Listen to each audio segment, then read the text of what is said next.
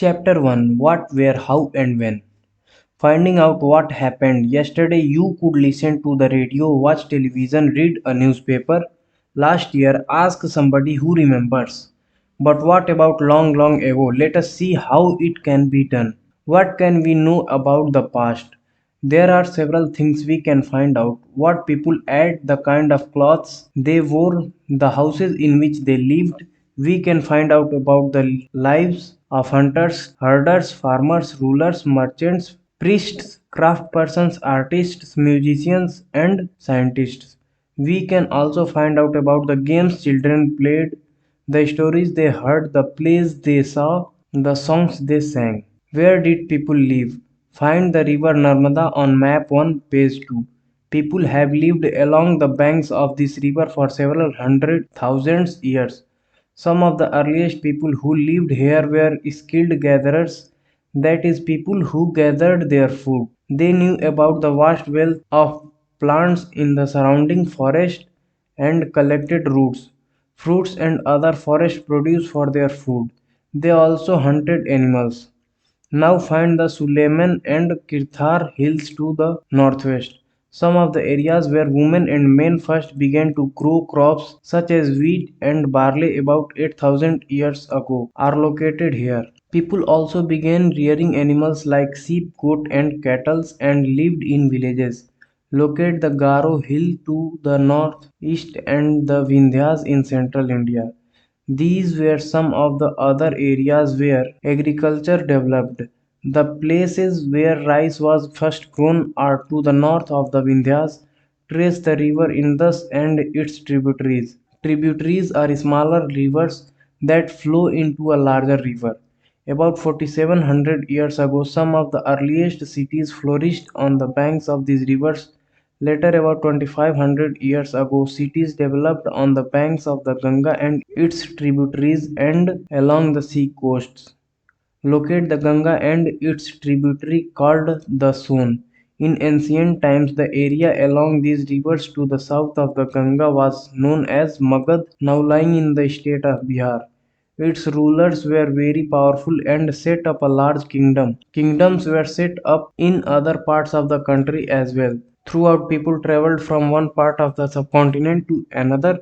The hills and high mountains, including the Himalayas, deserts, rivers, and seas, made journeys dangerous at times but never impossible. So, men and women moved in search of livelihood as also to escape from natural disasters like floods or droughts.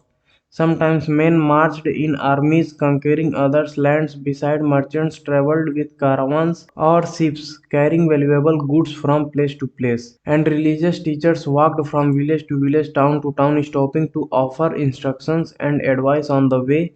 Finally, some people perhaps traveled driven by a spirit of adventure, wanting to discover new and exciting places.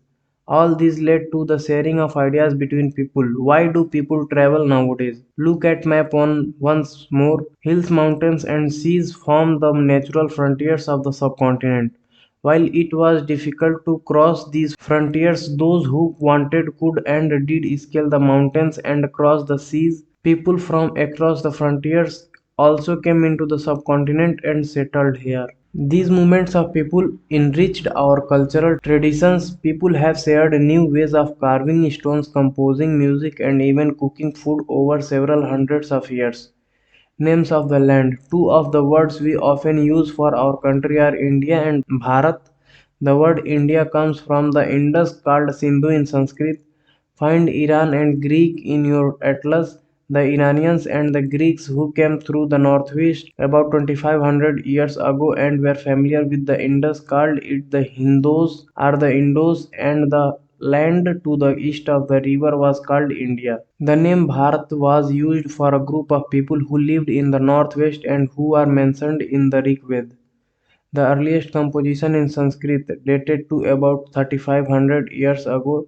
Later it was used for the country. Finding out about the past. There are several ways of finding out. One is to search for and read books that were written long ago. These are called manuscripts because they were written by hand. This comes from the Latin word manu, meaning hand. These were usually written on palm leaves or on the specially prepared bark of a tree known as the birch, which grows in the Himalayas. Over the years, many manuscripts were eaten away by insects. Some were destroyed, but many have survived, often preserved in temples and monasteries. These books dealt with all kinds of subjects, religious beliefs, and practices, the lives of kings, medicine, and science.